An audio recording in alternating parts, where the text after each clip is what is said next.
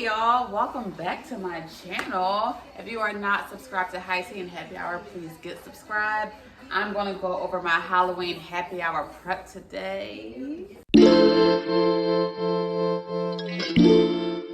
So, I have myself kind of a two-part project this week. It is the Monday before Halloween, exactly 7 days away from Halloween. This Saturday, I'm having a Halloween happy hour. So, of course, I'm going to, decorate and turn this space, our main space, which is dining, kitchen, and living room, which is an open concept space, which is why it's one space. We're going to turn this main space into a bloody mess, okay? That's the theme, a bloody mess. So I'm super excited about that. So that's project number one. And then, like I said, if you've been watching my last videos, I've been updating my dining area, paint, did a nice lime wash on that wall. I have some, furniture that's going, not furniture really, because my dining banquet table and chairs are staying. But as far as like furniture, I have a case that's going to go and next to the table and hold some glasses and things like that. And then I'm doing 2 rugs. I'll have a planter that'll have my large birds of paradise plant in that space. Of course, decor, frames on the wall. So I want to get that done by this weekend because some of those elements are going to be a part of the Halloween happy hour decorations. I'll give you an example. So I purchased some frames from the thrift store, and I tried to pick ones that had embossing or carvings in them, a cute shape. And I'm going to spray paint them all the same color with the concrete texture. So because my wall is that lime wash and like a brownish tannish color, I wanted to play on that vintage look, that kind of gaudy vintage look, and do like concrete frames against that color. I think it'll make it pop out really nicely. I'm gonna play into that vintage theme. So I'm going to spray paint over that concrete paint. And then for the Halloween happy hour, not this one, because this one is the mirror, which is showing you my tripod. Hey, tripod. But the other frames are going to have our family photos from Halloween in them. We took photos in our costumes, in front of our wall, played the table up kind of simple, but it still played into the bloody mess theme. But yeah, so that'll be on the wall. Those pictures will be in those frames on the wall, which will play into the Halloween happy hour theme, which I'm so excited about. So those are my 2 projects for this week. Finishing the dining room, and 2, of course, installing the Halloween happy hour decorations. That's what I got. Oh, of course, cooking for the happy hour. But that's another beast in itself. So I thought that I'll open up some things with you guys, show you what I have so far for the decorations, see what I'm planning, and then move on. First, I bought some hanging materials for those frames because for a couple of them, I really love the transparent frame look, meaning that like the pictures in the mirror, this part is transparent, and then the frame. So I really like that look. So I was like, okay, I'll get a few frames from the Produce Junction. The thrift store. I don't know, the Produce Junction is on my mind. I need to go back. But I said I'll get a few frames from the thrift store, Goodwill or whatever, and make them over, spray it down with the concrete spray, take out the framing, and find a way to float this picture in the back of this frame on the wall. So I bought this fake snow, which I buy this from Michael's. It's about $10, which I think is a good value for as much you get. Like, this is compact in here. And once you expand this out, this is a fucking lot of cotton. Like, it's a lot. So I bought this to be clouds on the ceiling. Same texture, you can see it, right? You can see it. So this will be clouds on the ceiling. Behind those clouds, though, I bought these string lights. So these string lights can turn different colors. It's remote controlled. It does plug into the wall, which I don't like too much.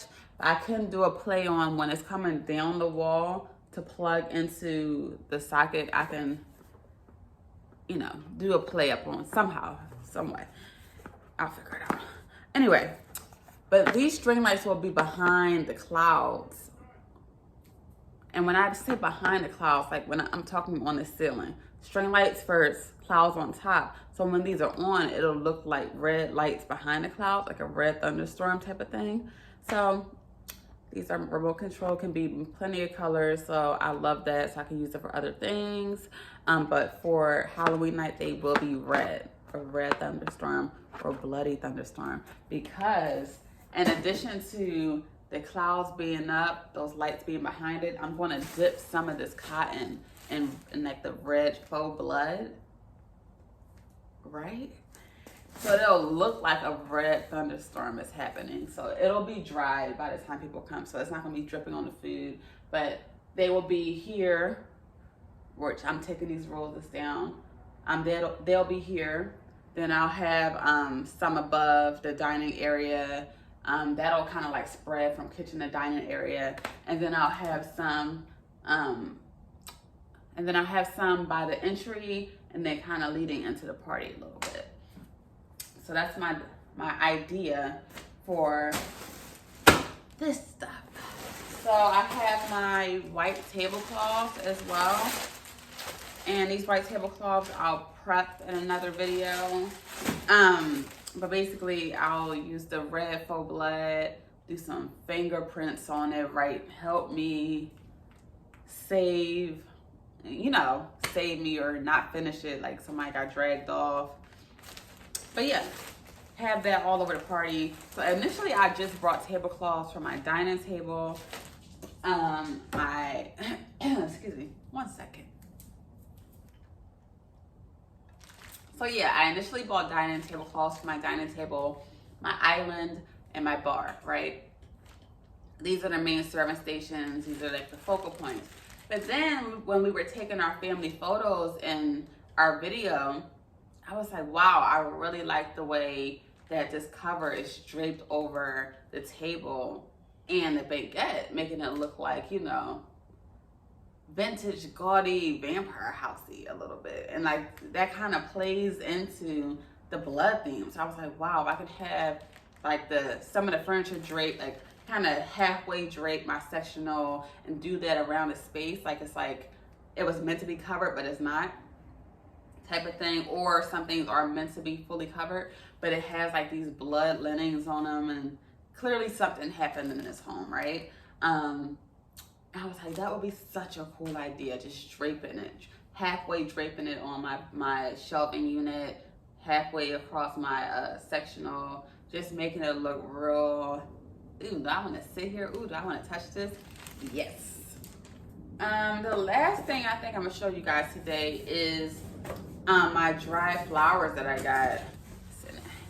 It's in a really large box. Right, I'm numb. I bought two, because I bought one for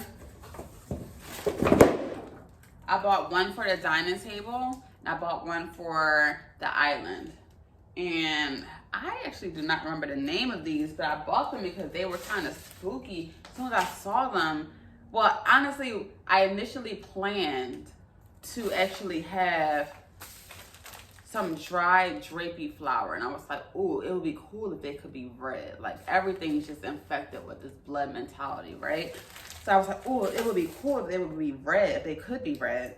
So I started to research and Google and see, like, you know, what dried, or looking up plants that are dried, or not dried, but drapey anyway. Like what plants that are drapey can come in a red hue, you know? I'm Googling, and I found this beautiful ass plant. And mind you, when I'm planning for a party too, I try to get plants or things that I can keep, you know, incorporate into my decor, that I'm being sustainable. I'm not just buying and throwing away everything, you know. Everything that I bought for this party, I'm gonna reuse. I can reuse, which is why I bought it. But this beautiful plant, and I cannot remember the name. It starts with an A. I'll drop it in here. But it'll just like be in a vase, and it'll kind of like spiral onto the table, you know? Like it'll have this wild, oh, look how cute it is. And also, because it sheds a little bit, it kind of plays really well into the theme, kind of covering the table a little bit in some red dust. Maybe red blood with debris. I don't know. Isn't this cute? This is the end. That will be in the vase, and then, you know, this will spiral onto the table, onto the dining table, and everything else. So I'm excited about that. My theme for the table, of course, is a bloody mess. I'll throw my sketch in here. I know I made a sketch early on. I was able to start planning this way ahead of time and get all of these things in way ahead of time. Really plan and incorporate things and different spaces into this theme, which is such a perk of bringing your thoughts together way ahead of time, because I was able to say, okay, I think I want this dining room to really shine bright in this design. So let me start elevating the dining room, you know, let me start incorporating the things and start doing the things, you know, aside from all the other work I have, you know. So like I really had time to really flesh these ideas out, grow these ideas, really sit with them, meditate, okay, I want to do that, I don't want to do that, blah, blah, blah. But for the table, early on, I was like, I knew absolutely I wanted this to be a bloody mess, roadkill, not cheesy in the way of I'm going to have like jello hands. I mean, but I could if I wanted to, but more so in the way of like, I had a video on my page about a roadkill chicken board. So it looks like we as the hosts are actually in here maining and, you know, really thirsty for blood, right? So I have different things on here. The menu changed a little bit since I made the original sketch, but just having fun stuff, like, or maybe getting a little cheesy with things like cinnamon roll brains. And basically what that is like just unraveling the cinnamon roll, you know, the prepackaged ones, or you can make your own and then roll it and then unravel it, I guess. And unraveling and just kind of making it into the squigglies and putting either strawberry jam or red dye into the actual cream that they give you, pouring it, smearing it on top. Easy peasy and scary. I'm considering doing some stuff like that. We'll see how it goes. We'll see how it goes. But the menu as it is now is great. I think it's cohesive. It gives everybody something to eat, something good to eat, plenty of good things to eat, honestly. But it plays into that bloody mess theme. It's scary. It's like, ooh, this is so scary. I don't know if I want to eat it, but you should, because it tastes amazing. I don't know if I told y'all who I got these from, but I got these from A Floral. My dried I want to say it's Amma something, but they're dried, and I got them from A Floral. They seem to be really good quality, so I'm happy with the purchase. Like I said, once Halloween is over, I'm just going to work these right on into my home. They will be staying put. So yeah, I'm happy about it. So like I said, it's the Monday before Halloween. I don't normally work on Mondays, but because this is an event week, I do want to put in some work to push this event along so that it's not intermingling with the things I have to do this week. But I'm going to start by taking down these roses with a technique I found online, which is basically just adding heat to them with a hair dryer, using a knife, putty knife, to get the rest down. And yeah, so I'm gonna start by taking those down so that when I go to put up my freaking, you know, clouds, my bloody clouds, it's ready. And also, what's so amazing and sustainable is I used these at my last happy hour, my Giving Flowers happy hour, and I'm going to use these in the next happy hour as a bouquet of dry roses, because that's fucking scary. I love that for us. But I'm about to get that started. I'll throw my video in here about taking those down, and I'll catch up with y'all another time.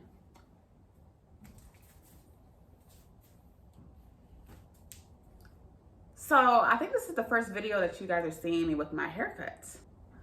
And this is another instance of y'all seeing me needing change. So y'all saw that I was locking my hair over the summer, and I absolutely loved it. I was happy with my decision at the time. And then a few weeks ago, maybe a month ago, I started getting the itch or the urge to just cut my hair off. Just cut it off, get it off. And I'm like, I don't know why I'm feeling this, but you know, I'm having this urge, and I usually follow my urges, especially when it comes to my hair. For some reason, my hair decisions, I'm like, do it. So I was like, all right, I'm gonna do it. So I had my hair crocheted in my big curly hair look. And I said, once I take that out, I'm cutting it. That's just what my itch is telling me to do. I'm gonna cut it once my crochet comes out. Took my crochet out, cut my hair, and I was just like, wow, I'm so in love with short hair Janay. Like, why have I taken so long to get to short hair Janay? Why have I taken so long? I'm loving it. It will be around for as long as this itch stays, I guess. I'm starting to learn not to put time limits and so much expectation on things, because I change my mind literally so often. I do it with my hair, do it with my clothes, do it with my home. I change my mind so often. Like, literally with intangible things, I'm just like, it can go. I really don't care. Like, this is life. Life changes. And you gotta honestly be okay with that to have the best life you can have. So yeah, this is a moment that I'm loving, and we'll see where this moment takes me.